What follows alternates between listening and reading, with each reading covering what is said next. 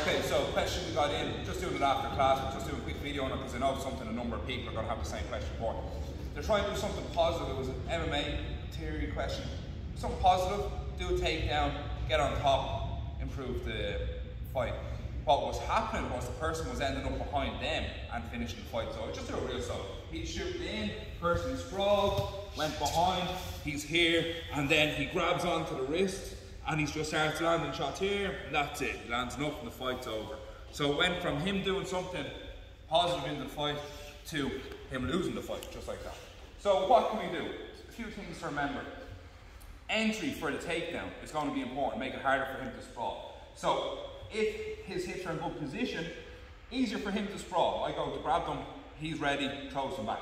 So always remember is knocking his head back. If you knock it back with the jab, once his head goes back, his hips by virtue are closer, easier to grab. You can do other ones like reactive shots, like say he throws a jab towards your head and you can go underneath it. Up to you, but just better setups will make it harder for him to defend. Secondly, how you shoot makes it harder for him to defend also. Or harder for him to get you down into that position. And it is a very common finish position in MMA.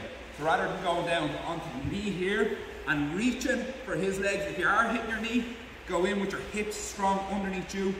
So if he does start sprawling on you, you've got something on him. Or you can come over to the side so you're no longer in front of him. And you just head down. Let's do one more then. Underneath him more here rather than here. We just don't have the same base on the second one. So get underneath him more and out to the side. If you just sprawl at this point, he just wouldn't because I'm already behind him. You don't have to put your knee on the ground for a takedown anyway. Keep your GSP. Say Giannis can do the jab just real slow. GSP would be underneath it and then like an airplane taking off straight up. So you don't have to go knee on the ground anyway. That's why you're not seeing knee on the ground so much in MMA because it is dangerous. So you have 1, setups, 2, choice to take down, 3, if we do end up down on our knee and he is starting to sprawl, what do we do? So say if we end up on our knee and he's starting to sprawl, from here, yeah, keep going, front head off the skate before he sets it up. Elbow, head, sit out would be 1, and then I have that position on him. So having a follow-up to do from the front headlock before he establishes it well is another thing. Next, we messed up in the front headlock and he's starting to go behind us. What can we do? We can use our underhook here, start shoving him off or finishing our takedown. We can, as he spins around, we can sit back to the guard here. We can sometimes do a guard roll. There's a few things you can do. Presuming he's good enough to do that to you, he should be controlling your elbow well. If he controls the elbow well, front head. Yeah, and pinch the elbow. Yeah, now I haven't got the chance to do that when he's round behind. Yeah, if you take that position with the weight back towards the hip, yeah, stay back there. Yeah, that would be good. Yeah, just put your hip on my hip a little.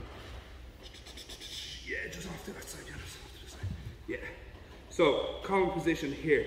Even let go of the seatbelt, just keep your weight back a little bit so your hands are free to strike. Somewhere here, so he's on the hips. If I stand up, he has my hips, he's gonna lift me up, drag me back down.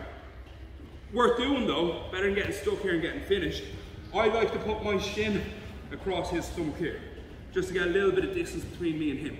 So then when I do start to stand up, if you keep the waist, Janet, and start standing up with me, I keep that in there, keep the overhook, head distance out here, push him off and go. You might not get standing up. He might put enough weight on you that it's hard for you to stand up. You push in, Giannis. I can catch his wrist here and roll. Elevate him with the hook, come up on top for the side control.